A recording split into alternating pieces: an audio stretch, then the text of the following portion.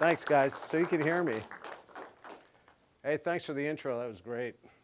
So before I get started, I actually had somebody dare me to do something, so I'm going to do it. That's take a selfie with you guys. So let me flip this around. There you go, guys. Smile. Cheese.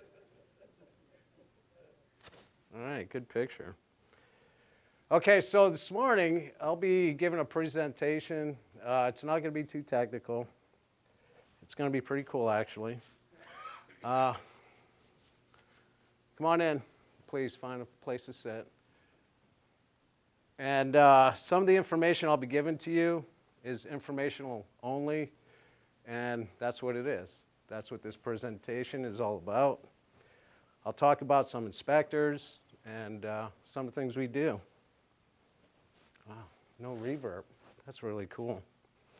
So let me get started. So never in a million years did I ever think for one moment, growing up in the state of New Hampshire, in Manchester, I would ever work for Disney. Nope, not for a minute. We had one kid, Dan McMillan, who actually came down to Florida and went to the parks. So he was the one kid everybody went to. When he got back, everybody put his hat on. What was his name in the back? So all the way up to middle school, he was the kid everybody liked. And then it kind of tapered off. So I'll be standing here presenting. Typically there's a monitor up front, not today. That's okay. So they all say, one of the things they say, part of a good presentation is knowing your audience. And I think I've accomplished that last 2 days. Some of the folks out there. Thanks for the beer. Yeah, and that steak was dynamite. That was good steak. So let me see where I'm at here. Okay. I might have some technical difficulties here. Yeah, as far as scrolling down. Yeah, that's all. Right here. Okay. Oh, great. Technology at its finest. Okay, so thank you very much. I appreciate that. So my name is Bob Doiron, and today I'll be sharing with you some of the inspection magic we do behind the curtain. I've run into all kinds of people that always ask me questions. Hey, what is it like? What do you do? Of course, I can't really reveal too much, but today you're gonna get to see it. So I'll be talking about the inspection magic, the inspector roles, certification, and types of inspection we actually perform. One of the very many things we do at Disney that separates us from all the other theme parks is we have great guest experiences. We provide that. Come in through the gate, and your expectation is just as high as us providing it to you.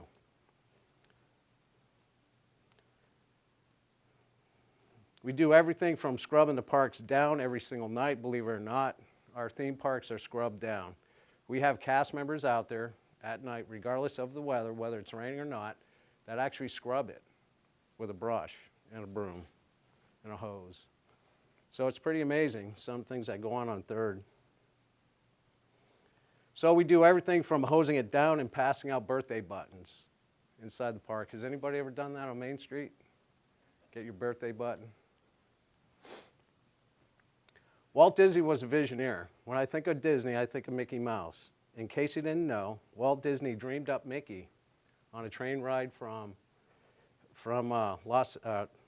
New York to Los Angeles with his wife Lillian. And originally, Mickey named him Mortimer. I don't know if you knew that or not, but his wife Lillian thought that was too pompous and suggested Mickey. And Mickey today, as we know him, actually made his debut November 18th, 1928, in a short film called Steamboat Willie. So some of the diehards might know that. A little bit about myself. I grew up in Manchester, New Hampshire, and after high school, I enlisted in the United States Marine Corps. This is where I was first introduced into quality. During some of my time in the military, I was lucky enough to work on today's modern aircraft, which included helicopters and jets. I started performing visual inspections and NDT, as you can see up here. Later on NDT. By sheer coincidence, I got out in Tustin, California, and I had a good friend of mine, Mike Howell, which ended up being my best man at my wedding, come up to me one day. We were always hanging out, and he goes, "Hey, Bob, hey, what do you think about working at Disney?" And everybody that works at Disney knows that first story. So mine's no different. And we're in a car driving, going to the range, shoot some weapons. And I said, "Yeah, why not?" Fresh out of Marine Corps, I didn't know. So he goes, give me a resume. I said, "Okay, let me print one out for you." And I gave it to him. It was really rough. It was a rough draft. And he brought it into his work, and sure enough, I got an interview. So sat there, 3-panel interview, 3-person interview, and I guess they liked me enough to make me an offer. So the recruiter calls me, and she's on the phone, and I'm not even going to kid you when I say this. "Oh, yeah, this is Alice from Disney Recruiting." And I'm on the other end like, oh, it's like winning the lotto, right? "We'd like to extend you an offer for working as a QA inspector." And of course, every person, I know I am, asked me, I asked her, I said, "How much does it pay?" She goes, $22.69. I was like, $22.69? So I'm doing a real quick math. I'm like, that's a $5 raise. I was like, yeah, I'll take that job. When do I start? She goes, "That's not how it works." I was like, "Oh, okay, so how does it work?" She goes, "Well, you need to tell the job you're at right now, you have 2 weeks. Give them a 2-week notice, and then you come work for us." So that's my story on getting hired. It was really cool. I couldn't believe it. So I asked the recruiter, I said, "Do people actually say no?" You know, because I was so naive, coming out of the military, you don't know. And she goes, "Yeah, every day. Every single day, people say no." I was like, "Not me. I'm hanging on for the ride." So that's the beginning part of it. So far, I've worked for Disney for 16 years, from that day forward. And the first 15 years was at Walt Disney Resort in California. During my time there, I was able to certify as an ASNT Level 3 inspector in 4 methods: MT, PT, UT, and VT, along with an accreditation with AWS as a CWI and RI, and with ASQ as an inspector. Because of these qualifications and 6 years of full-time and part-time college for mechanical engineering, I was offered a position for the quality program manager out at Walt Disney World. So for a short time, I was actually working both coasts. So I would fly back and forth giving support for auditing, which is awesome. So here I am today, post-Hurricane Irma. So I was hoping I wasn't going to get delayed, which was a good thing. Yeah. Well, we did suffer, a whole bunch of wind and rain over there in Orlando, but fortunately my house was spared. There was, within a mile radius, there was devastation, houses losing power, water, trees falling on houses. Go further south, as you saw in the news, it got real bad. So some of the more notable projects I've been involved with have been the tow meter vehicle that you see on the left over here. Oh, sorry. Operator error. I think this does have a pointer. Yeah, here we go. Can you see that? Okay, great. The left picture, this was the team that we assembled to actually put this vehicle together back here. And this was the tow meter vehicle we used in a scene 8A and 8B at Radiator Springs for racers. And the team you see there, we worked with the exception of a director. There was actually a director and a VP that actually came later that helped. They were on the shop floor, they were helping us, and we were all working together. So it's pretty cool.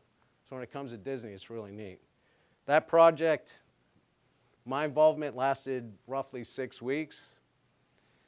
And the picture you see on the right for Pandora, that was the Avatar, Flight of Passage.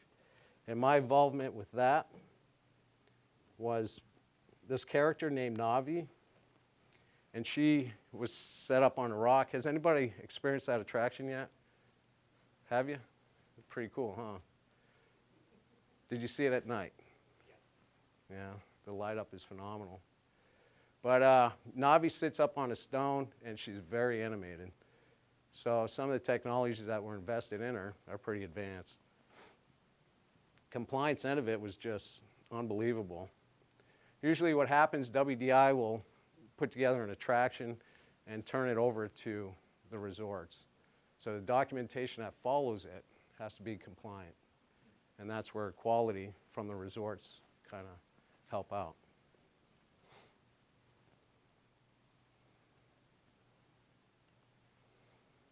Not only that, I fetched food. During those projects, it wasn't like, oh, hey, pat me on the back type stuff. No, I was getting filthy. Hey, I'm an inspector. I shouldn't be doing this. That's not how it works. In case you didn't know, Disney has some of its own culture and language when it comes to communicating. Acronyms. Here are some of the words and phrases I've learned over the years. Cast member. This is all of us that work for Disney. We have a super greeter. Some of you may have run into them. They're multi-bilingual language cast members. They'll have it on their name badge, and they're the person that you would actually see as a greeter. So they're considered a super greeter. We have Company D. This is when I get phone calls around Christmas time from family members. Hey, Bob, remember that really cool Buzz Lightyear? Company D have it? No.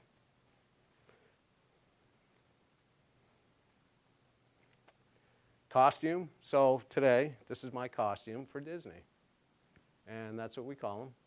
We have union standards. We have not union standards, but there are certain facial hairs, haircuts. Of course, I don't have to worry about that. But yeah, we have costumes. We also have backstage, on stage. We have a code V. Hey, true story. I'm not kidding you. I can't make this stuff up. We used to have this attraction out there in California at Disney California Adventure called Maliboomer. I'm not sure if anybody in here has ever ridden that, but it's a launch system. So you sit in a chair, come over with shoulder restraints, and you get launched, 180 feet. And the code Vs were pretty popular for this attraction because you're pulling 2.5 Gs on launch. And what was happening, people were screaming so loud that the city of Anaheim told Disney, hey, you have to do something about this. Fact. So what Disney did, the design engineers, people a heck of a lot smarter than me, ever will be, and they designed what's called a blast shield. And that kept the noise down. Bad thing about it, with the code V, when a guest would get launched and they had to vomit, it hit the blast shield, came right back on them. So it's sitting on their lap. So yeah, code V Maliboomer. Oh, hey, let's go check that out. Okay, we have dark rides. Again, being naive, getting hired into Disney. I thought military had a whole bunch of acronyms and cool words. Dark ride. I'm thinking, all right, what do? Turn the lights off? Nope. It's actually just in the building. White powder alert.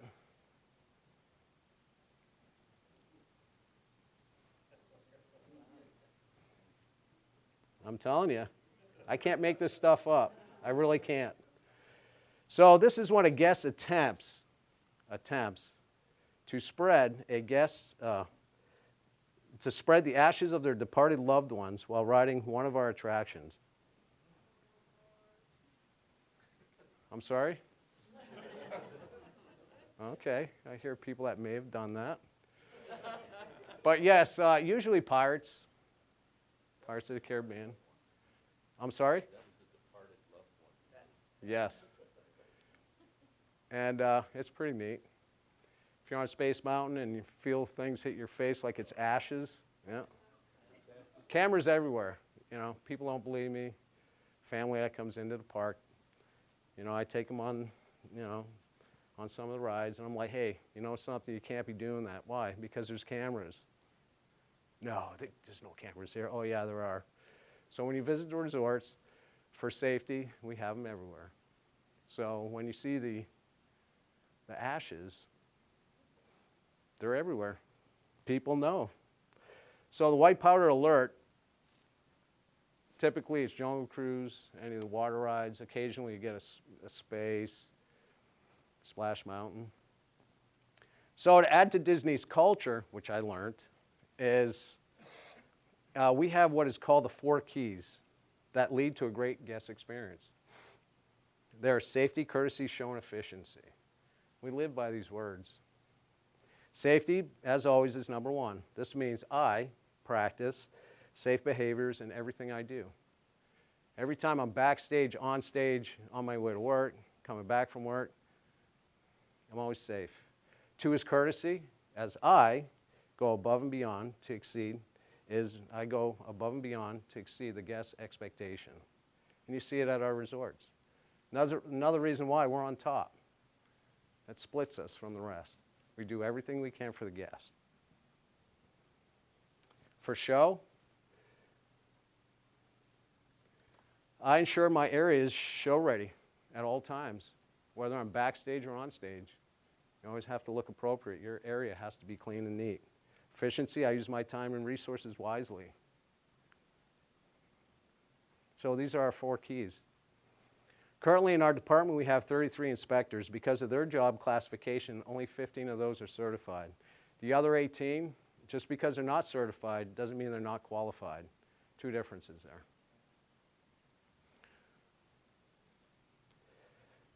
Just like the 4 keys, inspector attributes are some of the core values we look for in our inspectors, and here are a few of them. And I think everybody in this room, if you're a leader, these kind of hit home. For us, self-motivation. It's being able to get up. You know, when you get a job, get up and go do it. You have to be self-motivated. Integrity, this is a big one. Our inspectors occasionally will be sent out in the field, park or an attraction, and they'll be by themselves. So integrity is a must.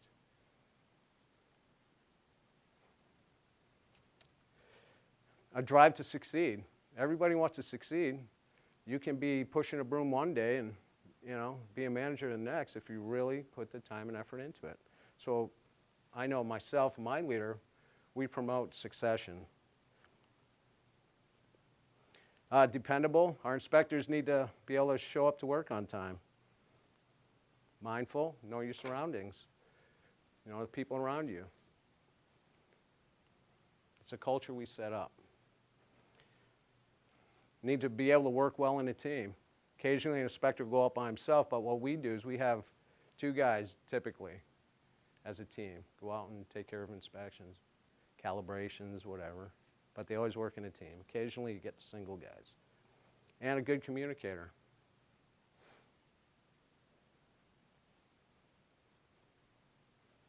Moving on to our inspector classifications, we have 3 of them. We have the mechanical inspector. These are inspectors who are trained and experienced on close tolerance dimensional inspection equipment, like micrometers, bore gauges, coordinate measure machine, and roller arm. We have the metal worker, and these inspectors are trained and certified in accordance with NDT, inspection methods. So we have guys that perform NDT all the time. Electrical, our electrical inspectors are highly skilled and qualified inspectors. The ones that we have been doing electrical inspections for years, 10s and 20s. Our mechanical inspectors use state-of-the-art equipment to perform inspections. The left-hand picture, right over there, excuse me, shows a comparator. We use this to check angles, outside, inside diameters, and linear lengths. I'm sure people in this audience have seen this before. The center picture is the roller arm. This is a portable articulating arm inspection tool. we can move from the shop out to the part and actually perform the inspection. It's also really good for R&D. So if we have parts like we do, especially out in California, because the attractions out there, some of them are real old, we don't have drawings for some of the parts, this is a great tool to do some reverse engineering with. We can pull it up in CAD, we can give you profiles, actual dimensions.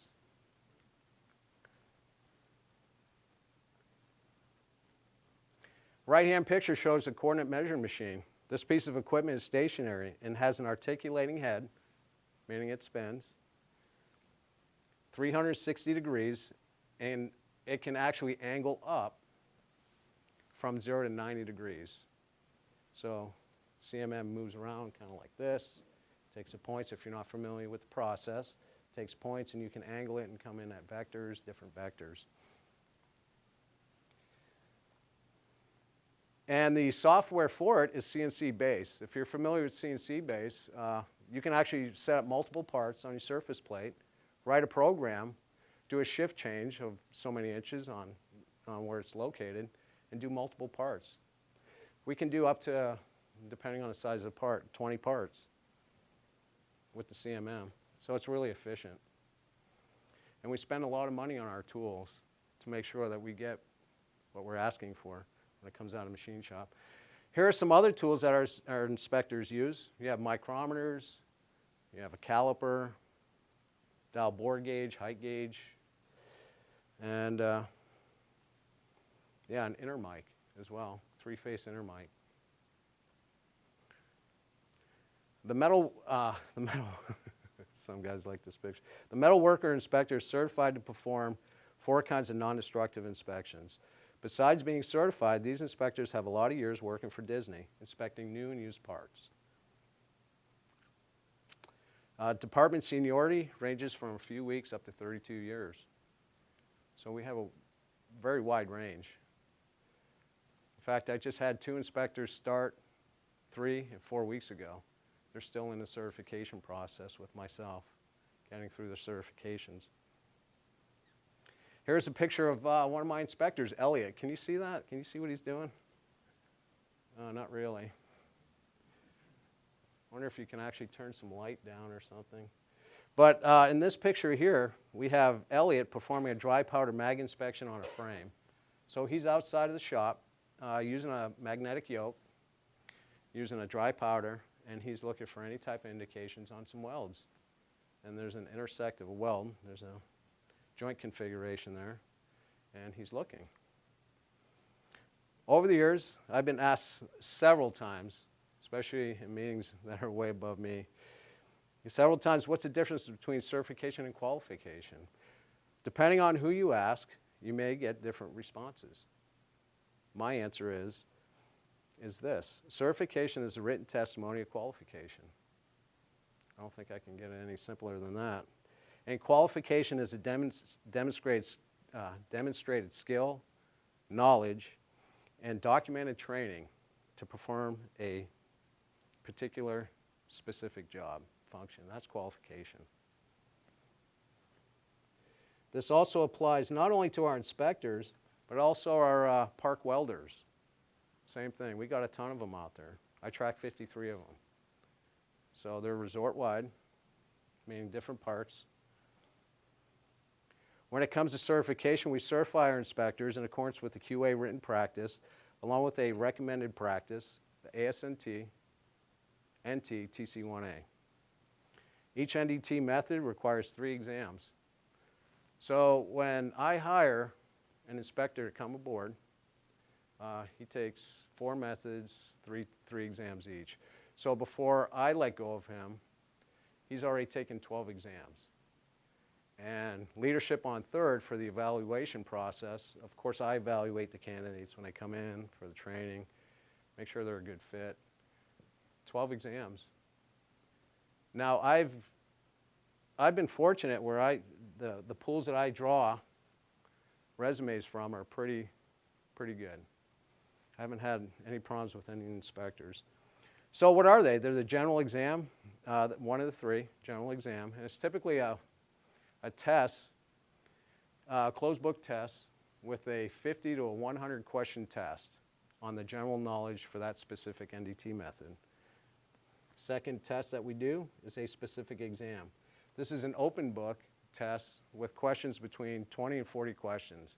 And those particular questions are drawn from our procedures. So it's an open book. I hand them a binder with all our procedures, give them the exam. Any questions? Nope. Okay, good. Once you mark an answer, that is the answer you're going to get graded with. So the third one is a practical, hands-on. So the inspector needs to actually show that he or she can actually perform the function. So they are given 2 practicals, depending on the method, and the inspection criteria and the acceptance, and they go inspect the part. When it comes back, I give it a grade. Once certified, the certification is good for 5 years. Between the 4th and 5th year, each inspector recertifies by taking all 3 exams. There are 3 levels of certification. We have level 1, 2, and 3. Our inspectors are certified at level 2s, excuse me. Little cotton mouth. Part of the certification process involves an annual eye test as well. And it is a visual acuity and a color contrast. So I actually perform this. Fill out a sheet, put it in a training jacket, and it's good annually. At any given time, these certifications can be revoked. Haven't had to do that yet. I just retrain them. Like I mentioned earlier, there are 4 NDT methods we perform at the parks: MT, PT, UT, and BT. I hope that's all of them. The magnetic particle testing we do on ferromagnetic materials like carbon steel. The picture on the left is Randy. He's one of our inspectors. And he is performing a wet mag bench inspection on a part. We look for indications that are with mag particle. Mag particle is a surface inspection method. We're looking for anything that's exposed to the surface. On the right, this right here is a magnetic yoke with a fluorescent bath. So we actually need a black light to see. Next up, liquid penetrant. Here are 2 pictures of different types of penetrant inspections. The left photo is showing the visible dye penetrant inspection, and the right photo shows a fluorescent penetrant. Black light, visible light. That's a welder's test plate. This is apart from the attraction. We use these inspections to find surface type discontinuities only. You can't do an internal inspection with this method here. It is a 3-step process where you apply, remove, and develop the surface. So the penetrant is applied, penetrant's removed, and then we do a development of the surface, which is a white powder. If there's an indication on the surface, it will bleed through, and the inspector will be able to see it. Ultrasonic testing. We perform ultrasonic testing to inspect parts for internal flaws and anomalies. The left-hand picture shows an inspector performing a UT inspection on an installed shaft at Mission Space. His name's Michael. The right-hand photo shows equipment that is set up to perform a shear wave inspection on a weld.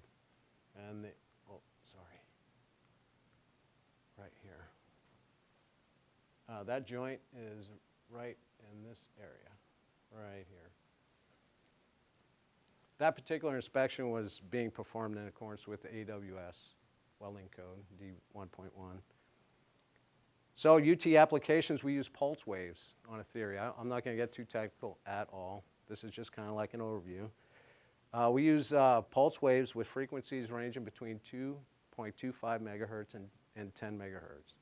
Once we start driving those longitudinal waves into the part. One application we use this for is checking for wall thickness on structural tubing.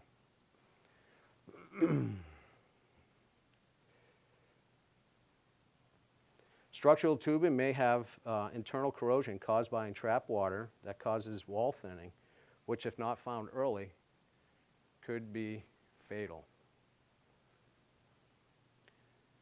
Like the fireball ride that happened at the Ohio State Fair this year. Has anybody stayed up to speed on that? From what I read, you have tubes, structural tubing. Now this is just me with information I found online and just reading, that there was the arm that came off there that actually had some wall fitting on the structural tube. So if you think of a rectangular tube being welded to another section, you have wall thicknesses. And if you get moisture or water into that tube, you start to deteriorate from the inside out. So if you're doing a visual inspection, which that attraction had several that day before the incident, you wouldn't find that. So what this inspection here does is it actually checks that thickness. You can send a wave down into it, bounces off the backside, comes back, and it tells you how thick that wall is. So this inspection here, we do this all the time.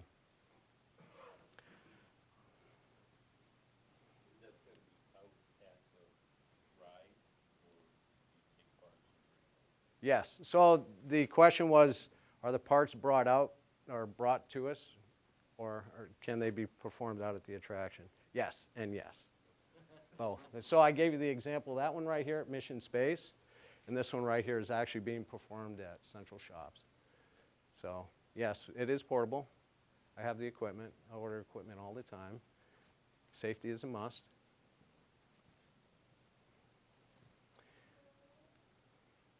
Lastly, we perform visual inspection on just about everything. Just about everything. And you know what? Everybody in the audience does it too without even knowing it. You go out to your car, you know, you inspect things. You know, you put your key in your car, you're kind of looking around. That's a visual inspection. The picture on the right shows one of our third shift inspectors, Derek, and he's performing a visual inspection on a repaired part out at the attraction, right here.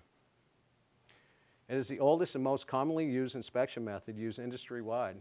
Visual inspection is generally the first inspection performed. Requirements is pretty straightforward. Use your eyeball and good lighting. At the resorts, we have 3 work shifts that support the park 24 hours a day, 365 days a year. Our first and second shift inspectors work in a building called Central Shops. So if you ever hear a cast member talking Central Shops, this is where a lot of the work happens. And our first and second shift inspectors, they support machine shop production as well as any park support that may be required. First shift starts at 06:30 and they are off at 1500. And that's considered a normal shift. And trust me, there's people out there with a lot of seniority trying to get that shift. Second shift starts at 14:30 and cuts off at 2300. So it's not like first, but it's not third, so it's kind of in the middle. Great thing with second shift, you don't need an alarm. You can just wake up. At least I did when I worked it. Okay, third shift, the inspection. The inspectors, okay, so we have Central Shops, which is one place. We also have another place we have inspectors, kind of like a satellite site. Our third shift inspectors, let me see where I'm at here. Our third shift inspectors work out of a building at Studios. Really neat place. And we stock it with everything they need to perform inspections with. And they perform typically all the park inspections. They do PMs, anything on a cycle basis. They'll do emergencies, just like all of us. And their shift starts at 23:30 and ends at 07. There's a reason why we call it graveyard. And let me see. And I have a lot of respect for them, for the inspectors and their families. You know, working that and trying to get into that cycle is just crazy. I worked it for a while. I could never get used to it. It was like getting up twice every day. You know, it's like that Groundhog Day. So far, I've talked about inspectors' qualifications, certifications, classifications, along with working shifts. So here are some of the many inspections we perform at the resort. If you or your family ever stayed at one of our resort hotels and it had a balcony, you can rest assured that the balcony had been inspected. Balcony inspections are done at all of our resort hotels. There's a balcony, it's getting looked at. Safety. Remember the 4 keys. We perform visual inspection, and some of the things we look for. We look for corrosion, rotted wood, missing fasteners. Structural inspections, on a typical day, we provide support for all types of structural inspections, not just buildings. And they can come in from the attractions. We do cruise ships, hotels, including the Aluani Resort Hotel in Hawaii. We provide that support. The typical inspection involves looking at welds and or bolted joint connections. The inspections are performed in accordance with structural welding codes and other related internal procedures and are usually scheduled inspections. We look for linear indications, again, missing or loose bolts. If it's torqued, it's going to have torque stripes. So we look for these things, maybe broken paint that might show a shift in nut torque. Speaking of safety, our inspectors perform inspection on all the safety equipment used on property. Yes, it all comes through us. And every cast member has access to at least a safety harness. Inspections are performed at central shops, again, as well as on-site inspections. So if we have a group using harnesses and they can't bring their equipment over, we'll go to them. We'll do an on-site. All the cast members are lined up, and the inspectors will be sitting at a table like this, and they'll just go on through, take a look at it, put new stickers on them, put them in the system so they can use them. So the inspection consists of a visual inspection, and we look for tears, fraying, stitching, or damaged D-rings. Some of the body slings, harnesses that we use, we have side clips or front, and we look at that as well. Distortion, maybe they got banged and squished. Excuse me. So if a harness fails inspection, one of the steps is we cut the harness. We cut the strap, and we discard it. We contact the manager and the cast member, so as a minimum. We also contact other people in groups, but we let them know, hey, look, you know what, your harness failed inspection. You need to order something new. They will never get it back.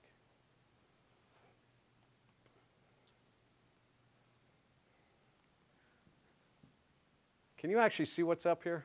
This is neat. I had to put this picture in. Here we have one of our inspectors, Orville, who is circled in red along the top.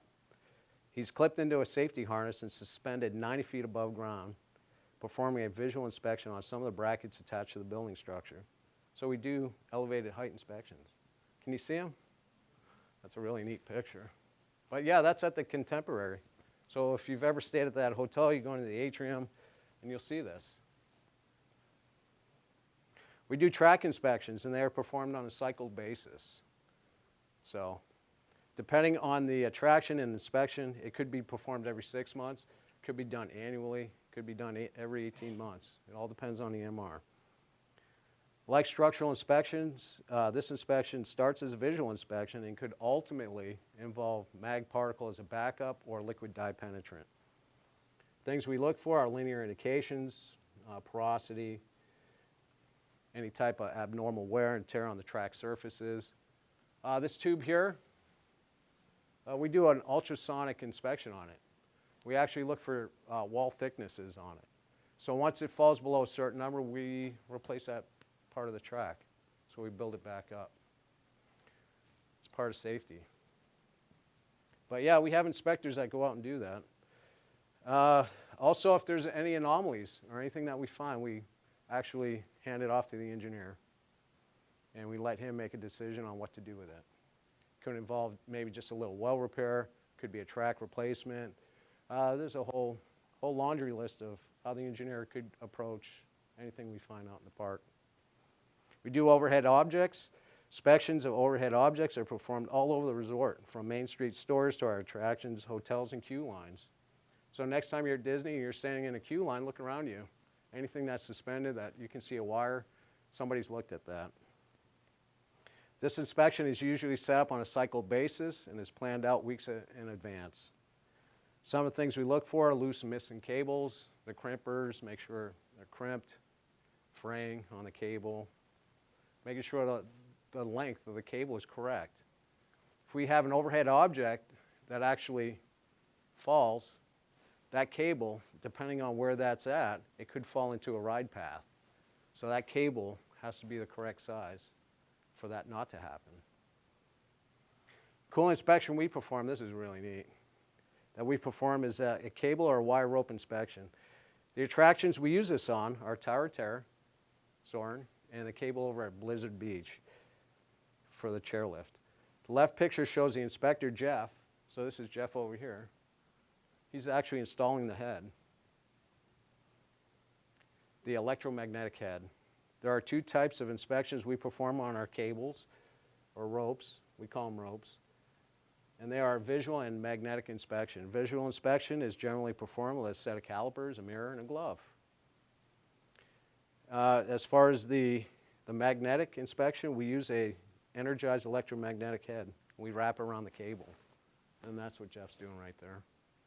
And we actually pull the cable through the head. And what you see along the bottom here, this is called a tracer.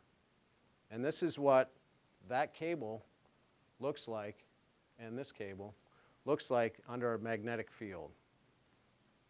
This line that you see over here is actually a calibration line.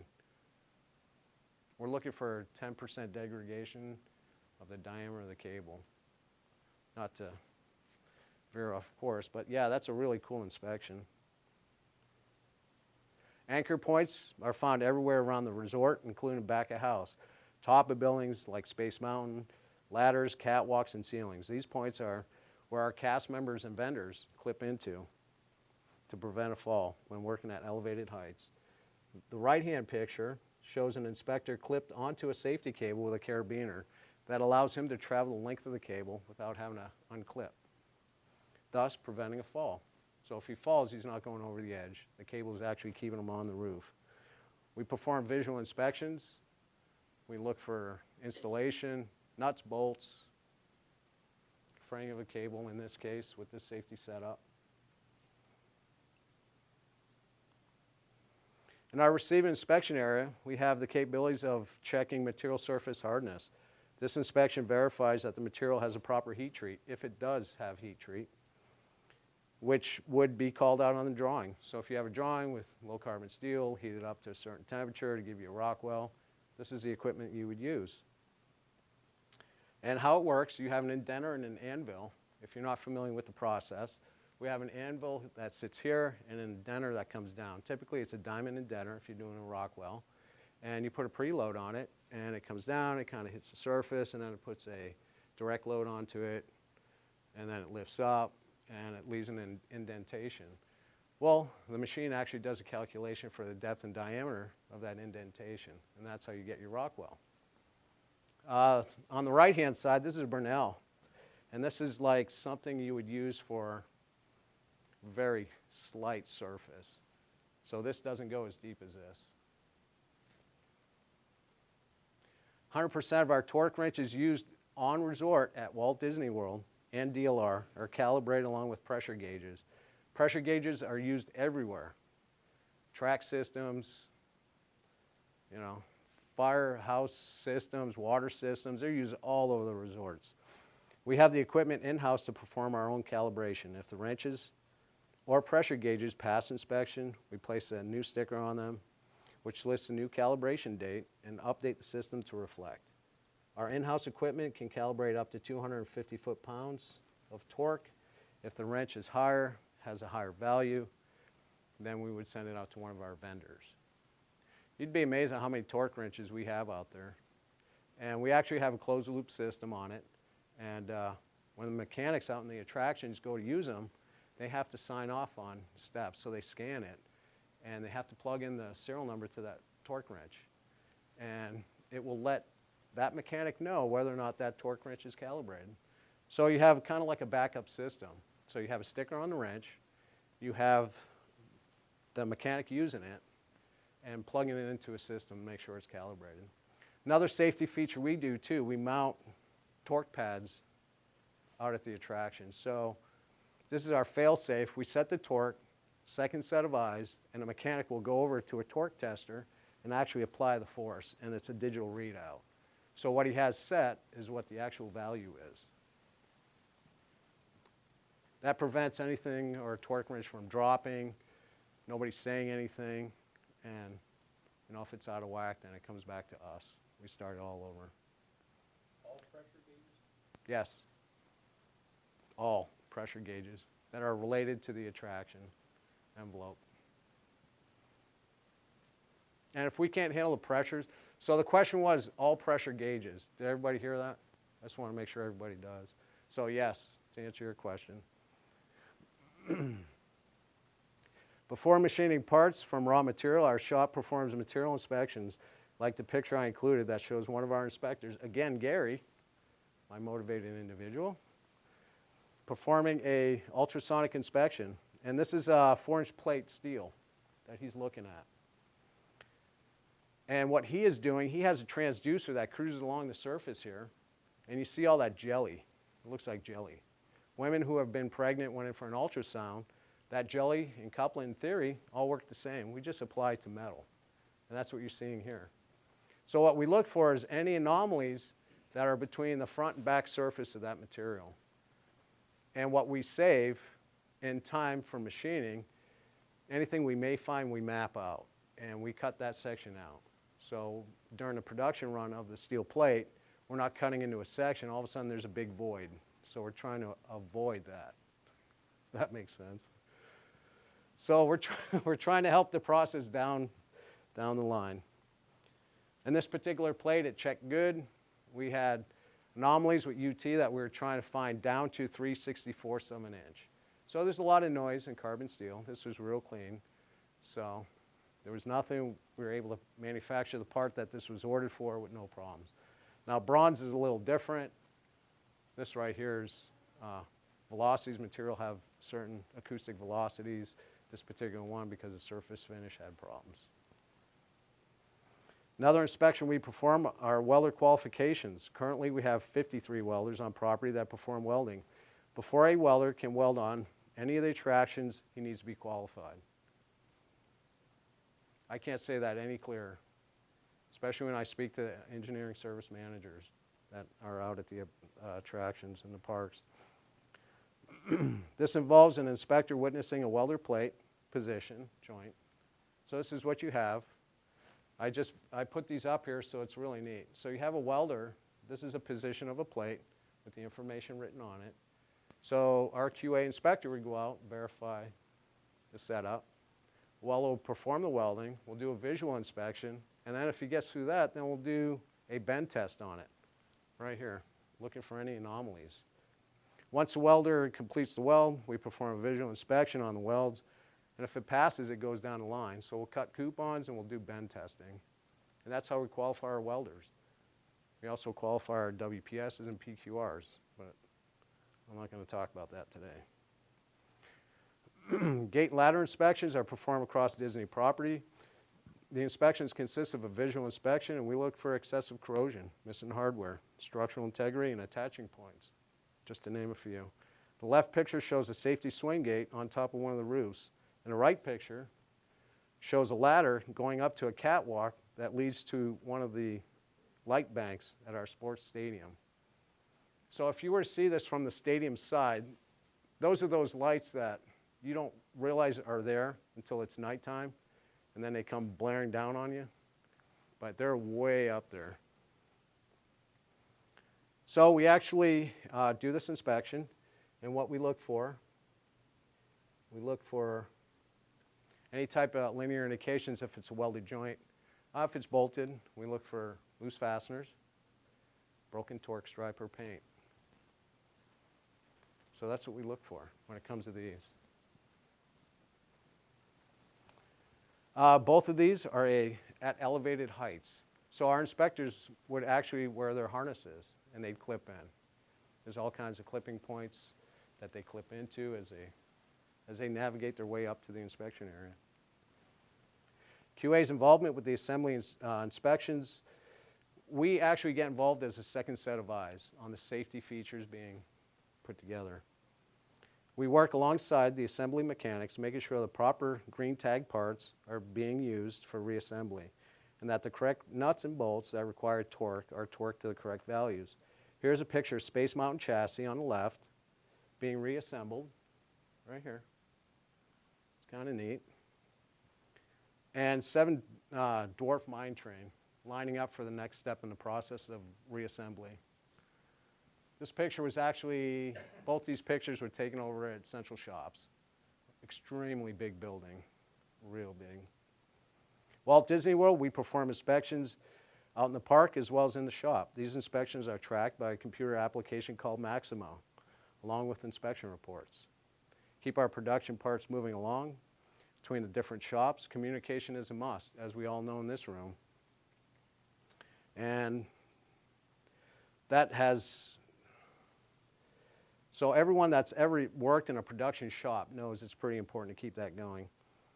We use Maximo as an electronic tracker. We do production meetings, communicate with emails, voicemails.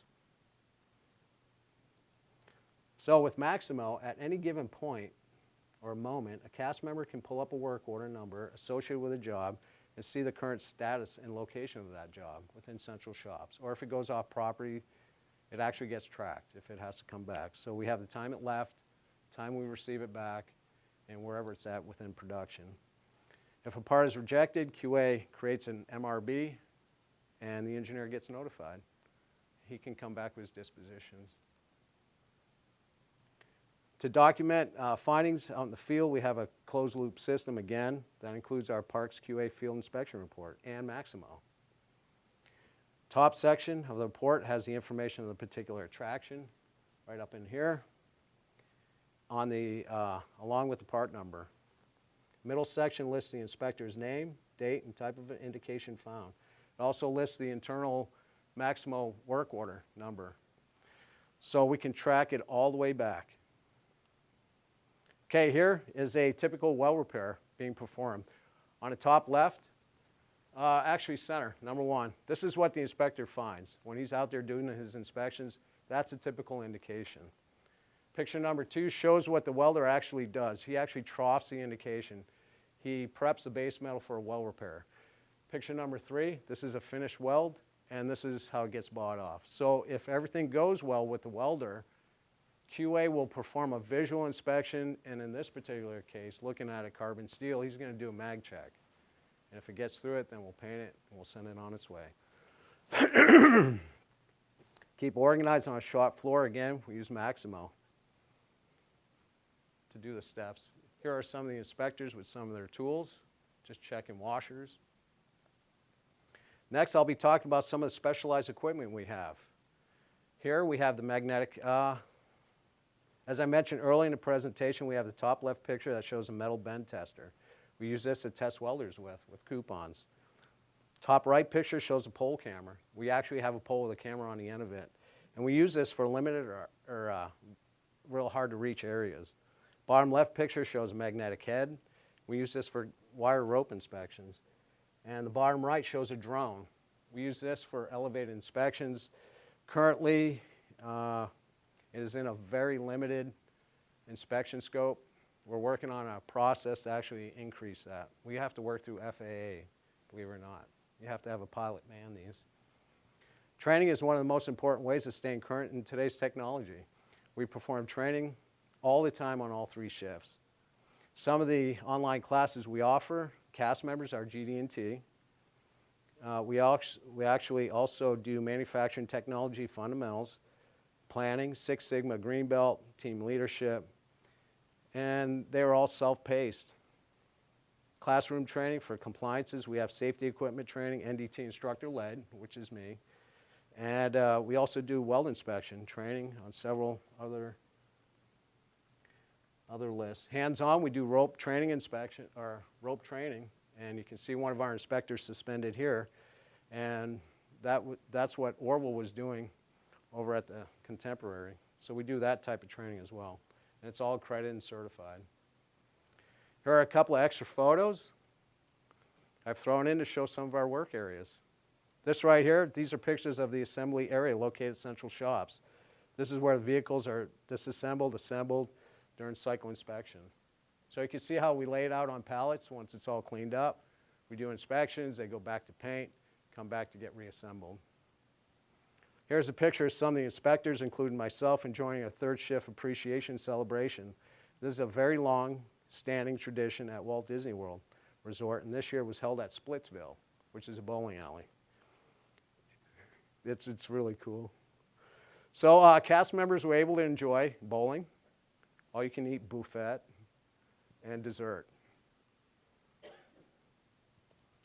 Here are pictures of our weld shop located at Central Shops. We have a total of 20 welder booths, and each booth has its own dedicated welding equipment. Each welder is certified in several methods of welding, which include stick welding and TIG welding, if you're familiar with those terms. We also take pride in keeping our workspaces squared away. This is Gary again, my motivated inspector, cleaning the shop floor. Of course, he's a low man on a totem pole as well, but I'm not going to tell you that. So what does this all mean? Everything I talked about today, well, I'm going to tell you. If you look up here and kind of read for yourself, on an annual basis, this is what we do. We're real good at what we do. Can you read that? How about that one?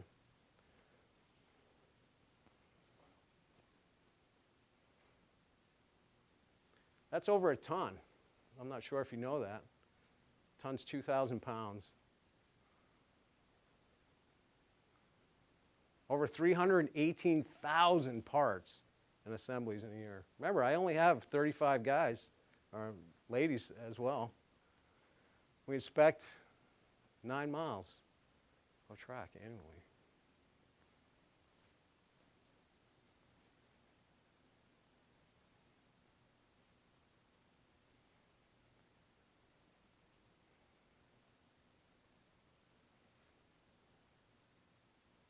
$9,000 pieces of fall protection equipment. 9,000, not 900, 9,000. 2,300 anchor points. 600 external ladders, and we cycle that through on a 5-year, so we divvy it up.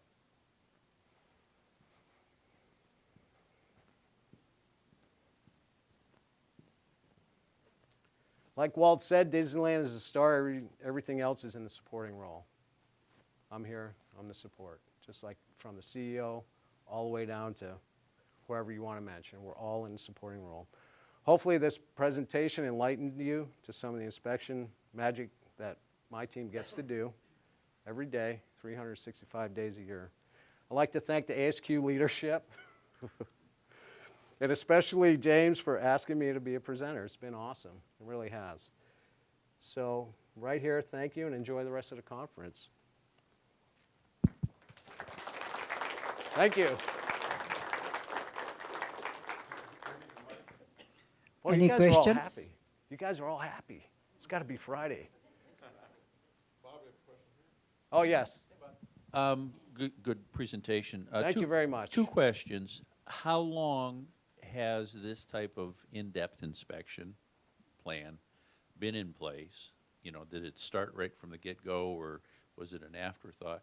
And then number 2, are you involved or somebody else involved with software type inspections? There's got to be a lot of software that's built into the processes. Good questions.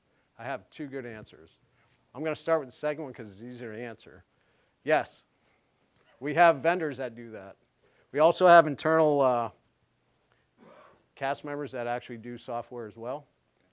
Now for the first question, yes, from the beginning. Different pieces of it. Today is going to be different than next year or 10 years from now. So it's growing, just like Walt said. The parks will never stop growing or changing, ever. So like quality, we're always going to be changing, getting bigger. So the processes we're doing today weren't so refined, 50 years ago when the park opened. So it's growing. Leadership to put that in. That's real leadership to put that into the forefront of the. Thank you. Yes, it is. Leadership takes precedence.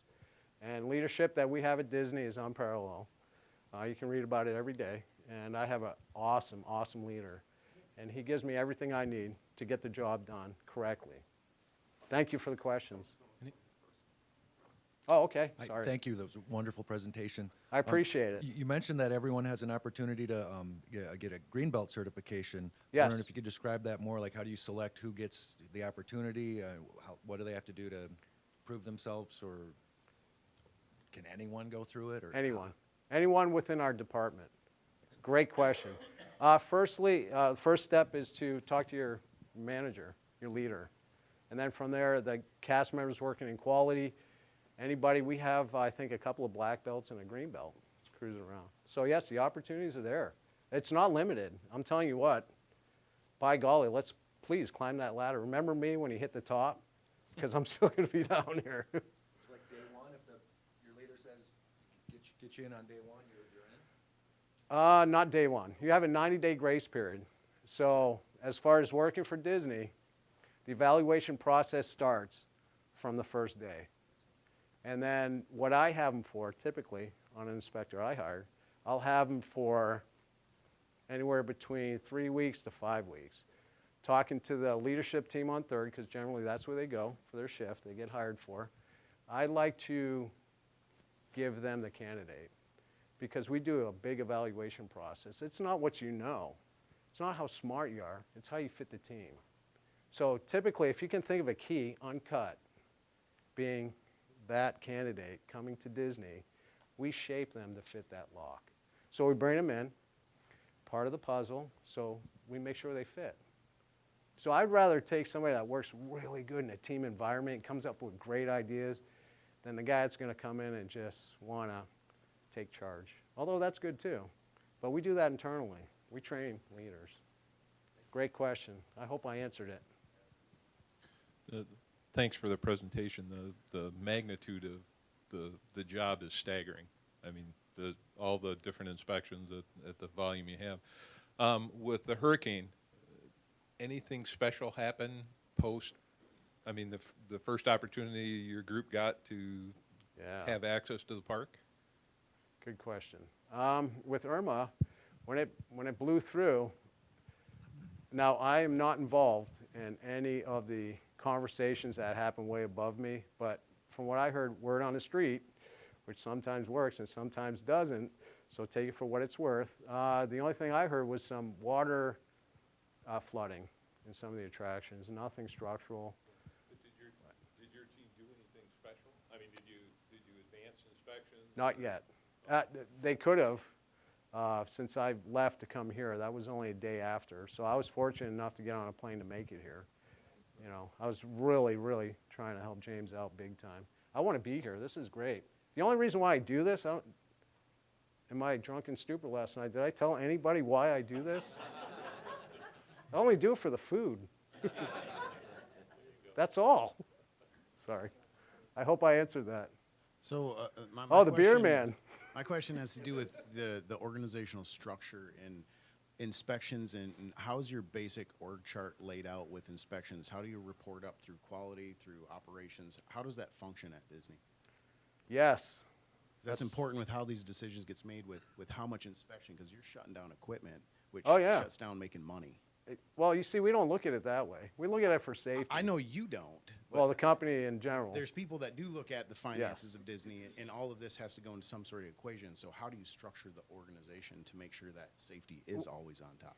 Great question. I'm going to start off by telling you that we have manufacturers that build attractions, right? From within that documentation scope, we have what's called maintenance requirements. We have a QE team that designates inspection criteria, how many days or cycles. So it starts with the manufacturer. So just to give you kind of like a step ladder up to what we do, starts with them. They come up with a maintenance requirement, and we actually incorporate that into the processes we have at the resort. So it goes up the ladder. But that's all I'm going to really tell you. But yes, it goes up. The maximum work order tracks everything. Like I said during my presentation, we have a closed loop system, so we're never leaving anything unfurled. So it could be NDT, it could be visual, it could be all kinds of different things, but it takes a team. But eventually it gets fixed if there's a problem, and gets put back out. I know that was kind of like running around your question, but hopefully that was enough to make you say, that's good. Okay, yeah, whatever. Where are you? Question. Okay. Are there any federal or state regulations that regulate your parks, and what are they? Yes. I don't know them all. But I do know the state of Florida dictates a lot of what we do as well. on a compliance end, welding especially. And we do structural welding codes. That's how we kind of do our inspection and our weldings and certifications and accreditations. And one last question, follow up on that other one. Yes. Mentioned about the organization structure. I'm just curious with the quality assurance, let's say, department or whatever it is, does Disney have an engineering department, and how many people work in engineering? We have, everybody heard that question, right? Yeah, that's a knee bender. Yeah, we have an engineering group. We have tons of engineers. You know, take a corner, there's 3 of them. Take another corner, hey, there's 4 of them. But yeah, we have several different groups of engineers. We have mechanical engineers, we have software engineers, electrical engineers. So we run the whole gamut when it comes to engineering. But the group that works at Central Shop, they're pretty small, they're about 5. But each attraction has an assigned engineer associated with it. So when you see an attraction, you have a sustaining engineer that actually handles that attraction. And that could be anything from a production part up to a repair and anything in between. Replacing a cable at Tower of Terror, which we'll be doing here shortly. But yeah, all that stuff. Last question. One more question. One more question. Where are you at? I got a question. Now, you definitely run a first-class operation there. Thank you. It's kind of a two-part question. Who do you benchmark? And then 2, on that ride that burned up in Ohio. Ooh, man. That came out with there was 600 inspectors for the state of Ohio and going around. It looked like they did 1,000 findings per inspector per year. On those findings, they don't go into this depth of detail, weld checks and stuff like that, like you do, right? Well, you know what? I can't speak for the state. I can't, of Ohio or any one of those awesome inspectors that were on that ride that day, looking at that particular area several times. I will never, I can't say, but I can tell you what we do to make sure that never happens. We make sure we have the tools and the training and the time to do it. So the only thing I could kind of put together on how that actually may have happened is it was internal. So unless you're doing some of the inspection work that I showed you today to get to the inside of that tube, you know, it was a tragedy. I mean, my God, I saw the video and I was just blown away. I was like, And that's what the analysis came back, it was internal. it was internal corrosion? It was corrosion. Yep. Couldn't see it, came back and there was nothing there. As far as benchmarking, what do you mean by that? Who do you guys look at as to Yes. we kind of model a little bit of ourselves after them to kind of everybody steals from somebody, you know? Yeah, well, we benchmark within ourselves. No secrets. All right, anything else? Do I have time for more? Do you? No, we're out of time. Oh, okay, sorry guys. Ladies, it's all me. Sorry. Bob, thank you very much. Oh, thank you. Thank you. I hope you got to learn something today.